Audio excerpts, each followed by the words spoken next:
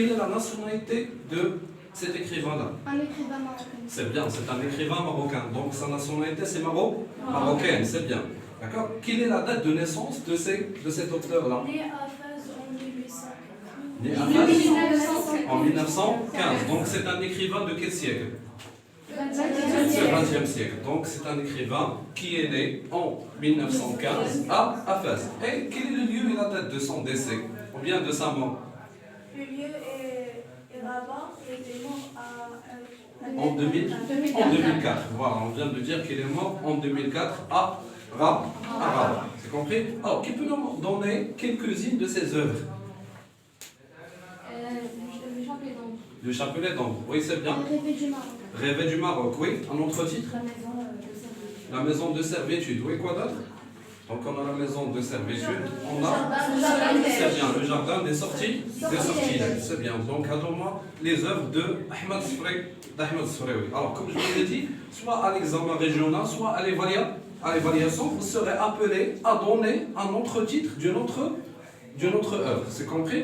Donc, عندك la boîte à merveille, غادي يطلبوا منك انك تعطي شي عنوان اخر ديال شي مؤلف ديال احمد صفري، وراه تعطيهم لكم راه هما كاين le chapelet d'ombre, la maison de servitude, le jardin des sortilèges et on a rêvé du Maroc. هادو هما les 4 œuvres d'Ahmed Sfraoui, donc vous êtes appelés à les apprendre par cœur. C'est compris? Oui. Alors, quel est le genre littéraire de la boîte à merveille? Un roman autobiographique. C'est bien, on vient de dire qu'il s'agit d'un roman autobiographique. Qu'est-ce qu'on vient de dire à propos d'un roman? Qu'est-ce que ça veut dire un roman? Oui? Un récit. C'est bien, c'est donc un récit ou bien une histoire.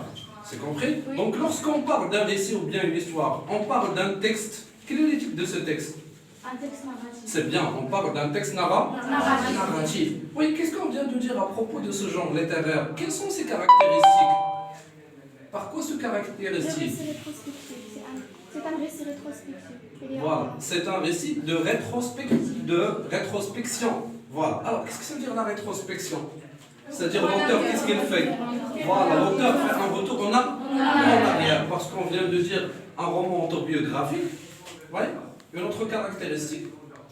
Rédigé à la première personne. Voilà, rédigé à la première personne du singulier. Oui. Alors, il renvoie à qui? Le narrateur. Le narrateur.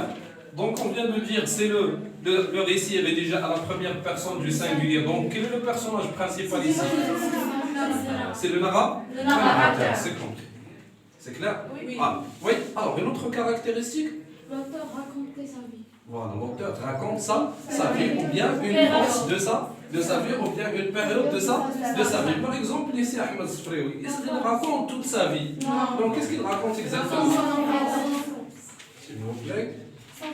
Il raconte son enfance, il raconte exactement quand il était à l'âge de 6 ans. C'est compris? Oui. Voilà. Donc, donne-moi les caractéristiques de